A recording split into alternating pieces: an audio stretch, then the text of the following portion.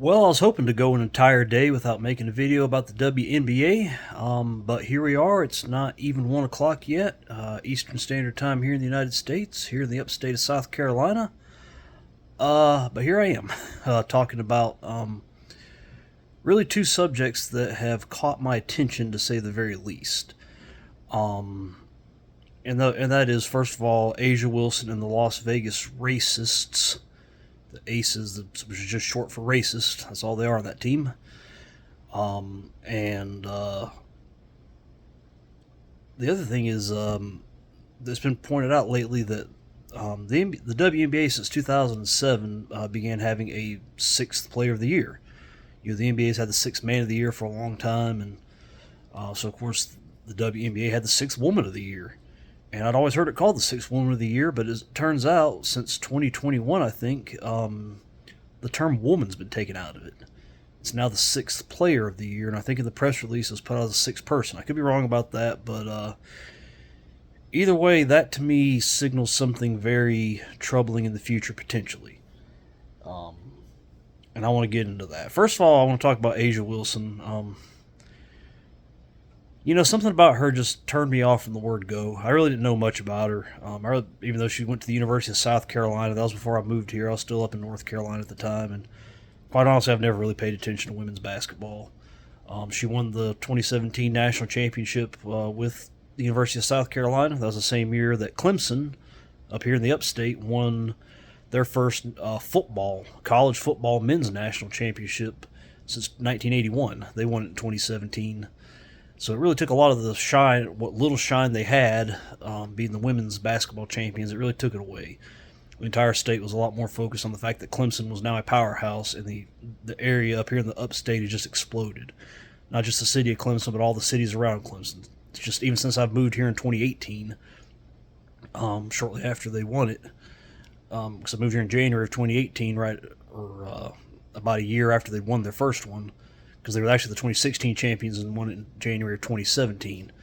And just the areas up here, Clemson's exploded. Central, which is just north of it, is exploded. Seneca, which is off to the west of it, has really exploded. Even Anderson and Pendleton have shown significant growth in this area and all the little surrounding towns as well. We have, like I said, just in the 7 years I've been here, almost 7 years I've been here, it's blown up. So I knew very, very little about her. Clemson has taken all the shine, plus my family's all Clemson Tigers fans. The reason I live here in South Carolina, Dad grew up in this area about 25 miles away from Clemson, 30 miles maybe. So he's a lifelong Clemson Tigers fan. I grew up in North Carolina, so I was a Tar Heels fan. But I've always, cheered for Clemson whenever they're not playing North Carolina, the real Carolina. If I say Carolina, I'm talking about North Carolina. I'm definitely not talking about the Gamecocks. And they're definitely the more popular team in the state of South Carolina, and the more notable one in the state of South Carolina. There's really no two ways about that. So I didn't know a lot about her, but ever since I tuned in this year, I heard about how great she is. Obviously, she was the top player on the last two WNBA champions, the Las Vegas Aces. Like I said, she was the top player on the 2017 NCAA champion, South Carolina, their first of three championships. They would have won the last three if it weren't for Caitlin Clark's superhuman game in the semifinals before bowing out to LSU, a stacked team there. But we'll get into stacked teams here in a second. As I said, I never found Asia's game particularly all that visually pleasing, but there's a part of me also that felt like, is she as good as they're saying? Now look, I'm not here to say she sucks by any means. She is great. She's a very good player, very much a deserving all-star, deserving being an MVP consideration every year. She's definitely earned her stripes. Now, keep in mind, this is the WNBA. It's a 12-team league, 144 total players at any given time. So she's not exactly competing against a super deep pool of people. Some of the best players go overseas because they make more money, and they don't have to deal with all the activism and stuff that Asia's actually kind of the ringleader of, as it turns out, or appears to be the ringleader of. It's hard to say who the real ringleader is, but it's China and their money. But that's another story for another day. So before I talked about some of these things here, and the Aces lost to the New York Liberty in a finals rematch, and this is the semifinals for the championship in the WNBA playoffs. 3-1, a best-of-5 series. I didn't watch any of the games. I've watched 2 WNBA playoff games in my life, and that was the 2 Indiana Fever versus Connecticut Sun games earlier with Caitlin Clark and them, and Aaliyah Boston and Kelsey Mitchell and Lexi Hull, and now that they're out of it, I really don't care. I'm not tuned in. I'm really not even scoreboard watching, but obviously I love YouTube. I love watching a lot of people on YouTube, and when the Aces lost, there was obviously a lot of talk about it. I couldn't help but tune in. Apparently she didn't play all that well, or at least up to her standards, I should say. Kind of pulled a little bit of LeBron there. Some of his games where he, good game, but not, best player in the world stuff that you'd expect. So there's a lot of Schadenfreude there. For me, whoever wins it. It is what it is. But I can't help but wonder, is Asia fading under the spotlight? Because let's face it, she won those first 2 titles in the WNBA's BCC era. Yeah, I'm calling it that, the BCC era, the before Caitlin Clark era, where they really didn't get very much attention at all. And the people that did give them attention were all like-minded activists just like her. Like I said, she's somebody on one of these channels said it. I can't remember who it was. There's so many channels that I love. The Ben Daniel podcast, Rudy Rants, Chicks Dig Scars, obviously Rose Rants, prayers to him and his wife and his family right now. So many people I love, but somebody said it better than I could. It could have been somebody else too, that the WNBA is kind of like, it might have been Jason Whitlock and Steve Kim, I'm not sure, but the WNBA is like the Mean Girls Club, and Asia Wilson's the Queen Bee. She's the one who's always talking a lot. And after they beat the Liberty last year, the Aces had a lot of trash talk and really called out on their classlessness by the people in the league, because nobody else was paying any attention at the time. And now we're starting to see some of those comments from the past come to light. But Asia Wilson's been on some stacked teams, so I'm not here to say she's bad. I'm just here to say she's definitely overrated. Just looking at her 2017 USC's in California, Carolina's in Chapel Hill, North Carolina. The University of South Carolina's 2017 team. Just want to focus on the team she was on that year. I want to specifically focus on 4 other players that are on that team. There's Alicia Gray. She would go on after that to enter the WNBA draft after they won their championship. She was the 4th overall pick and won Rookie of the Year in 2017. Been a little bit of a journeyman since then, but she really seems to have found her place. The last 2 years, she has been an all-star. So yeah, there's definitely some talent there, quite a bit actually. Also on that team was somebody by the name of Kayla Davis. She also went pro, declared for the WNBA draft in 2017, went 10th. Now she's been a journeyman, but she was the SEC tournament MVP that year. Obviously, South Carolina won the tournament, the SEC tournament, and she was the MVP of that tournament. So definitely a very good player there. Elena Coles, the 2nd overall pick in the 2017 draft. She's been a journeyman as well as Tyisha Harris. I believe she might have been a freshman at the time. She went in the 2020 WNBA draft, 7th overall. Been a little bit of a journeyman until this year. She joined the Connecticut Sun, where she has really seemed to have found her groove. She's averaged 11 points per game, so she just needs to find the right circumstance. So that's the top 4 players alongside her that year. And like I said, Elena Coles, it's either Coates or Coles. I can't read my own handwriting, and I don't really know how to jot it down. She was all SEC, all first team SEC in 2016 and 2017, and Tyisha Harris in 2017 was on the all freshman team. So yeah, she was a freshman. She definitely had quite a bit of talent as well. Then you go on to her WNBA career, which, like I said, is quite honestly, a lot less competitive than the NCAA. Won her 3rd MVP this year, I think 2020 and 2022. She also won it, and like I said, the Las Vegas Aces won the championship in 2022 and 2023. But man, oh man, you want to talk about some stacked teams. First of all, it should be noted that, and because this is actually how I found out about how I started going down this rabbit hole, because obviously I noticed they'd stopped calling it the 6th Woman of the Year in the WNBA, and when looking up the award and when they stopped calling it that, which I believe was in 2021 or 2022, 5 of the last 6 years, the sixth player of the year, sixth woman of the year, and depending on when it was on the Las Vegas Aces. So even coming off the bench, she has had some super, super help. Compare that to Caitlin Clark this year. Kelsey Mitchell, Lexi Holden hit their strides really to about mid-season. Her and Aaliyah Boston took a little bit of time to get chemistry. Once they got it, they were very, very good. And they ran across an experienced Sun team. But comparatively, I would say Caitlin actually did a better job than A'ja Wilson, considering her circumstances. Because just look at these numbers for their 2 championship seasons. In 2022, A'ja was playing along 3 other All-Stars. And she was 5th on her team in free throw percentage. But just look at some of these teammates she's had. She's had Kelsey Plum. Now, Kelsey Plum, as you know, just to start off here, was the one we saw in that video, the Final Four video, where she's talking when the University of Connecticut, and Paige Beckers came on the floor. She looked over at A'ja Wilson looked over at Kelsey Plum and started talking to her, saying, I like Paige Beckers. She reminds me of you. She understands it's her privilege that got her here. So she just looked Kelsey Plum right in the eyes and said, "You're only here because you're white," which, by the way, she doesn't have very European features, so I don't know if she's European white or Latin white. It doesn't really matter, but I mean, she's not really your traditional white person, I guess you'd say, but that's okay. She's made the All-Star team in the last 3 years, including 2022 and 2023. She was 3rd in MVP voting in 2022. That was Asia's 2nd MVP season, and she finished 3rd. So that just shows you the team she was on. You should also know that year that Kelsey Plum averaged 18.7 points, which was the 2nd most.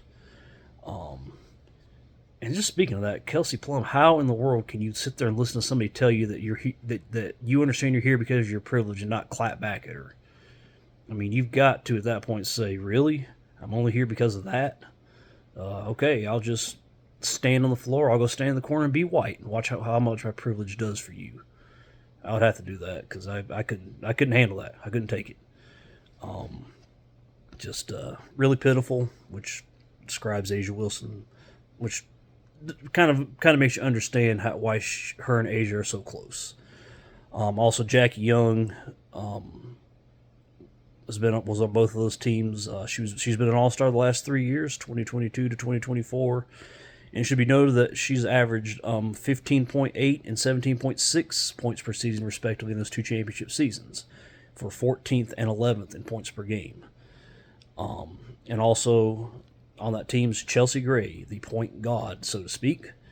I believe Caitlin Clark will be taking that title, but that's okay.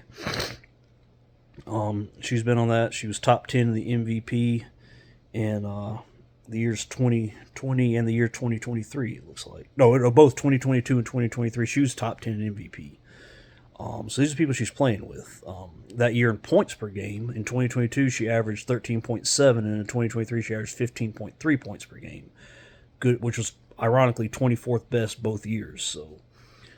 So both of those championship years, she had a teammate averaging that was in the top 20. She had 3 teammates in the top 25 in points per game. It makes things a little bit easier. Also, Chelsea Gray was, like I said, top 10 in MVP. She was an All-Star. She didn't make the All-Star team in 2022, but she did make it in 2021 and then 2023 and 2024. So the 2023 championship Aces team had 4 All-Star, or 5 All-Stars counting A'ja. So A'ja had 4 All-Star teammates.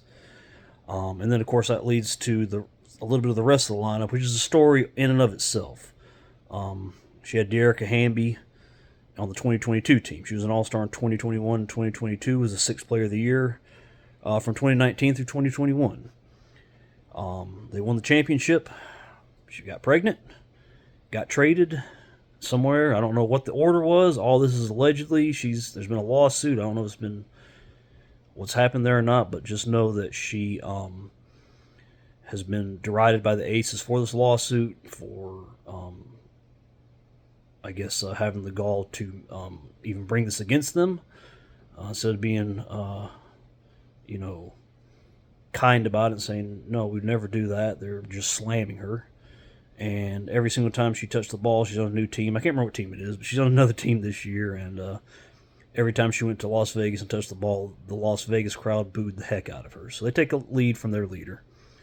And as far as I know, Asia Wilson never said anything to her.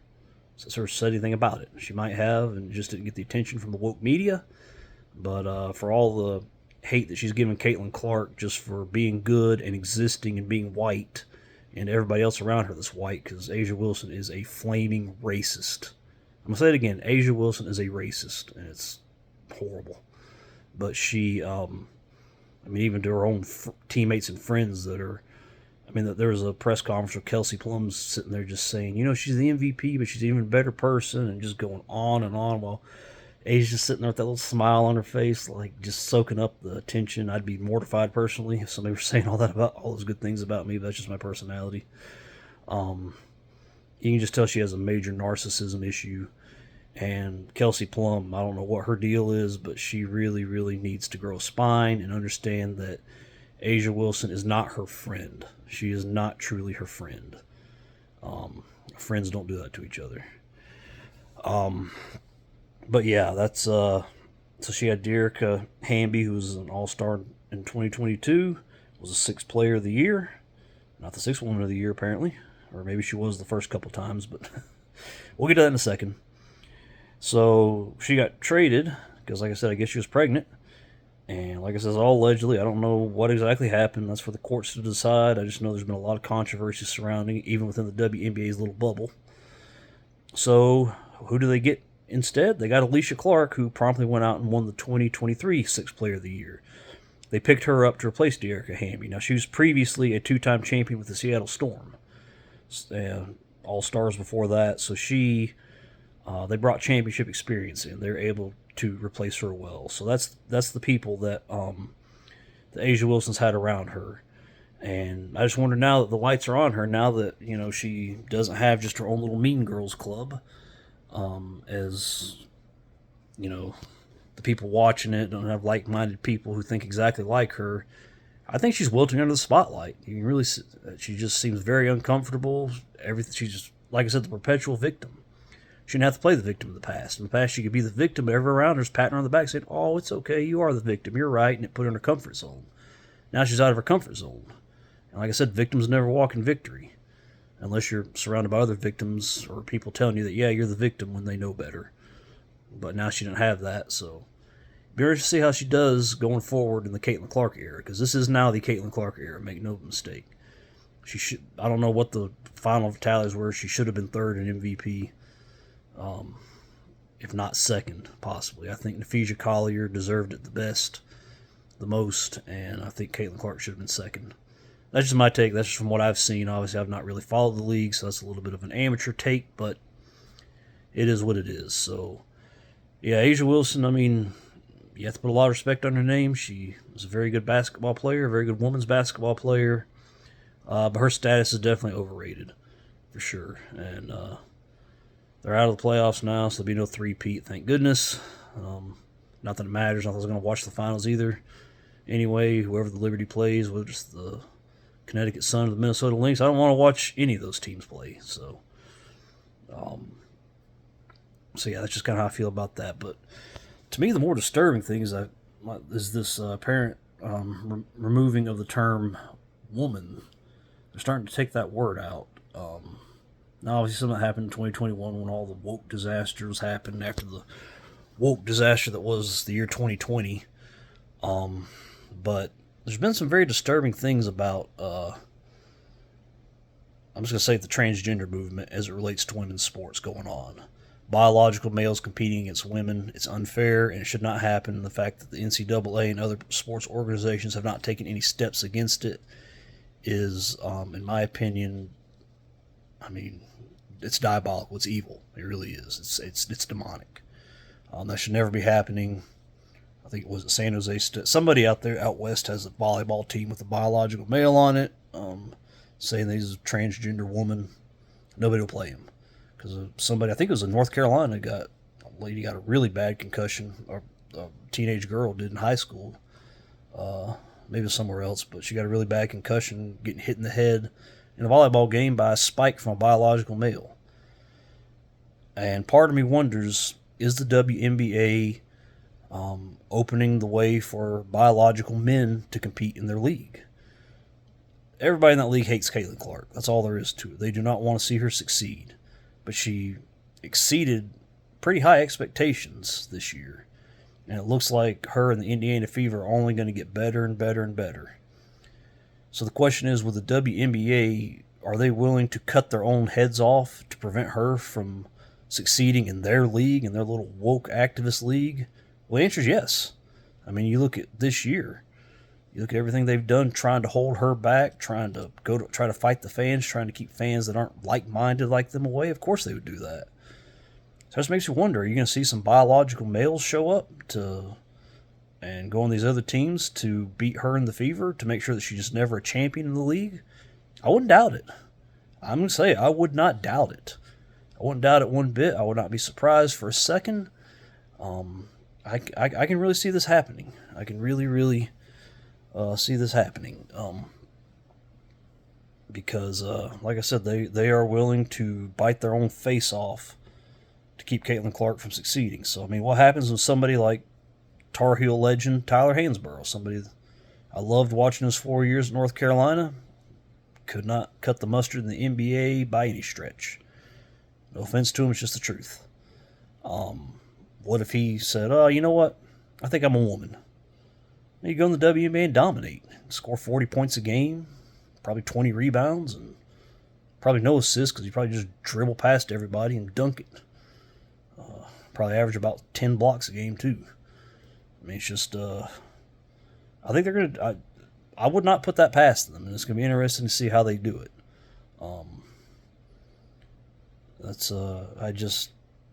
I think the worst, Like I said, and look, I don't have anything against transgender people. I do have something against biological men competing against biological women. Sports are a contest that's designed to show strength and jumping ability and running fast, and we've seen it everywhere they've gone. These men who compete against other men and get beaten up, they're not even middle of the road. They decide one day they're a woman, they go compete against women, and suddenly they're setting world records. I mean, like I said, it's just the facts, The women are the fairer sex. Their strength does not lie in strength and speed and jumping and all that. Theirs lies in the ability to create life, to nurture life, and to give birth to life, as well as just be nurturers and just, quite honestly, more sophisticated people. That's all there is to it. People always say, how come women have longer lifespans than men? And people want to point to like occupational hazards and all that. But my simple answer is, how come female cardinals have, browner feathers that blend in the woods, whereas the male cardinals have the bright red that shows up to every predator there is? Same thing with bluebirds. Females are just more important. So I'm going to go and say that, but it is unfair in the sport to do that, and it's going to cause somebody to get hurt really bad, if not worse. What if Dejanay Carrington were to poke a biological male in the eye? What if the next time down he swings an elbow and hits her right in the head, right in the skull? You're talking about probably a fractured skull. Like I said, the bone density difference in men and women is a lot more than a lot, and you could see somebody, there could be a potential fatality, but you're also looking at potential, permanent neurological damage, possible, broken neck just from the whip of it. They're heading down a bad road. But like I said, this is an activist league, and they would celebrate, the first openly transgender biological male transitioning to a woman. And like I said, if you want to live your life that way, that's fine. If you can find happiness in this world, however you do it, as long as you're not hurting anybody, if that means just existing as the sex that you're not born as, that's fine. I don't have any issues with that. But when you go into sports and try to compete against biological women as a biological man, you're going to hurt people. That hurts people, and it's not a good thing. So It'd be interesting to see the WNBA. It's getting dark.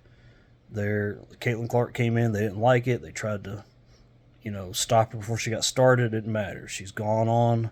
People keep saying horrible things about her and just keep bashing her. And it's just getting darker and darker by the minute. Asia Wilson saying, she's scared to play in Indy because she doesn't know if the crowd's going to pop off. I mean, good Lord, it's mostly young girls. They want to see, hey, I can do this. I mean, gosh, you can hear it when she scores, the pitch of the crowd. You can tell it's mostly kids, or a lot of kids, I should say. I mean, you're worried about them. I mean, good Lord, you got to be sick in the head to think the way they do, to pull some of the things they pull to try to be the victim. And I have no respect for it, and I would be on the lookout to see. I think them trying to get some biological males who are transgender women in the league. I look for that to happen, or try to happen at least. Because even Dawn Staley, they asked her. One of the reporters asked her, do you think biological men that are transgender women should be allowed to compete in women's sports? And she gave a non-answer. So something's been brewing already, and if they can use this as we are self-destructing rather than letting Caitlin Clark be a big factor in the WNBA, it's going to happen. So, like I said, it's getting dark, and I don't know why they're doing this to themselves, why they can't just be appreciative and take in the success and take in the chance to not live off of somebody else's dime for once in their life. Or not just a dime, 8 figures a year. But that's the WNBA for you. I got to thinking about that, and it's pretty disturbing. I hope it doesn't come to that, and I hope it gets stopped. Hopefully, finally, somebody will press some legislature through to make that happen. Depending on how this election goes, maybe that'll happen sooner rather than later. I don't know. Or it might get pushed through. They have to allow them, and if they get hurt, it's the person who gets hurt's fault. So, I don't know. Thanks for watching, and I'll talk to you guys later.